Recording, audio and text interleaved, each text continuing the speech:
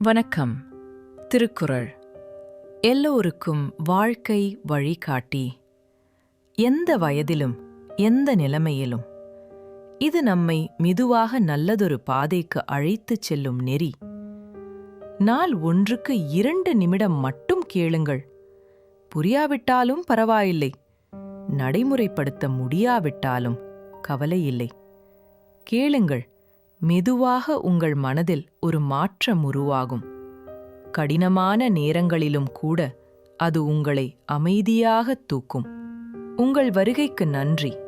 Like பண்ணுங்கள், subscribe பண்ணுங்கள். வாங்க, இன்று நம்ம திருக்குறளை தொடங்கலாம். இன்றைய குறள் அதிகாரம் 20. பயனில் சொல்லாமை. குறள் எண் 198. வணக்கம். பயனில் சொல்லாமை அதிகாரத்தின் 8வது குறள் இது.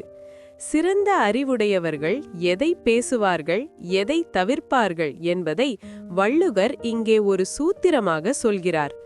மிகப்பெரிய உண்மைகளையும் அரிய பொருள்களையும் ஆராய்ந்து அறியும் ஆற்றல் கொண்டவர்கள் தங்களின் நேரத்தையும் ஆற்றலையும் எங்கே செலவிடுவார்கள்? அவர்கள் ஒருபோதும் வீண் பேச்சில் ஈடுபட மாட்டார்கள் என்பதே இக்குறளின் கருத்து. அரும் பயனாயும் அறிவினார் சொல்லார் பெரும் பயன் இல்லாத சொல். அரிய பயன்களை தரக்கூடிய பொருள்களை ஆராய்ந்து அறியும் அறிவுடையவர்கள் ஒருபோதும் பெரும் பயன் தராத வீண் சொற்களை பேச மாட்டார்கள். ஒரு விஞ்ஞானி அல்லது ஒரு தத்துவ ஞானி தன் ஆய்வுகளில் மூழ்கி இருக்கும்போது சம்பந்தமே இல்லாத தேவையற்ற வம்புகளை பேசிக் கொண்டிருக்க மாட்டார். எவன் ஒருவன் அரிய இலக்குகளை நோக்கி பயணிக்கிறானோ அவன் தன் நாவை கட்டுப்படுத்தி பயனுள்ள சொற்களை மட்டுமே கருவியாக பயன்படுத்துவான். இதுவே வெற்றியாளர்களின் ரகசியம். இன்று நாம் அறிவுடையவர்களின் சொல்லாற்றலை பற்றி தெரிந்து கொண்டோம். நாளை புதியதோர் குறளுடன் சந்திப்போம்.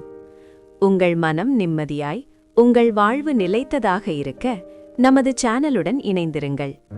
வீடியோ பிடித்திருந்தால் லைக் செய்யவும் மற்றும் புதிய ஞான கருத்துக்களை பெற சப்ஸ்கிரைப் செய்ய மறக்காதீர்கள்.